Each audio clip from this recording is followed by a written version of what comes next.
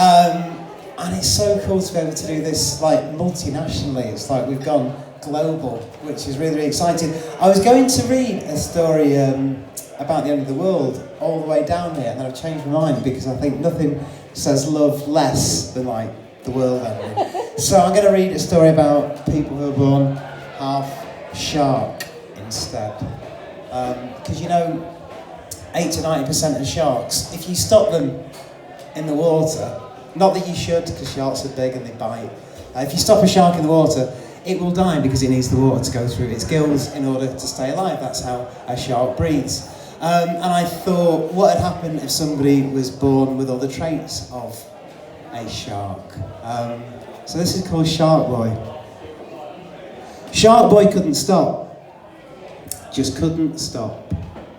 He had to keep doing, had to keep moving, or else he'd die.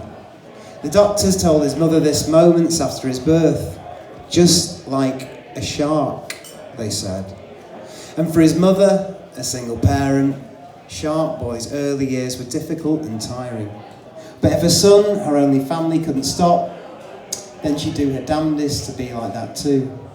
To share, to understand. The baby books told her that empathising was important. She gave it her all. At night, she'd sit in a chair by his bed, always ready to entertain him, to read to him, to watch him walk and walk and walk around his room, or just to tell him stories and stroke his hair. As Shark Boy grew, he learned how to manage his condition. He treated it like it was Tourette's or diabetes. He learned that he could substitute endless talking or walking for thinking, for doing with his mind, and it worked. Shark Boy was exceptionally good at mental arithmetic, at solving equations, and he was just as good at riddles and puzzles too. He even won some local competitions and could, his teacher thought, have gone on to do well in the nationals, but Shark Boy refused to compete.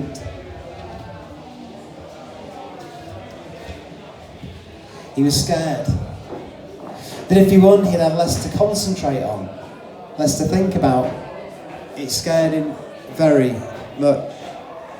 So Shark Boy became a scientist, a particularly brilliant one.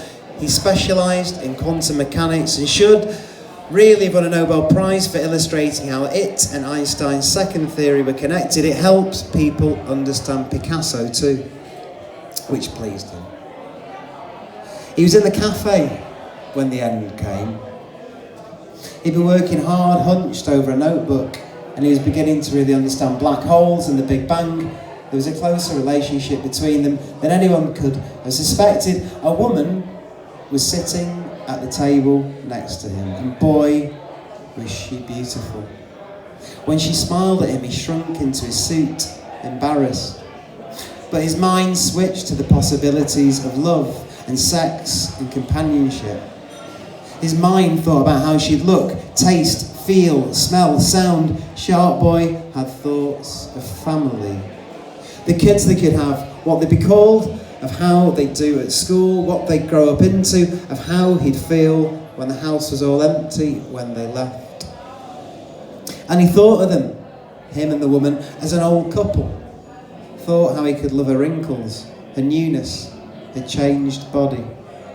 Shark Boy was in love. He wanted her. He wanted this forever. And when she smiled at him a second time, his world stood still. And that's how Shark Boy died. Thank you.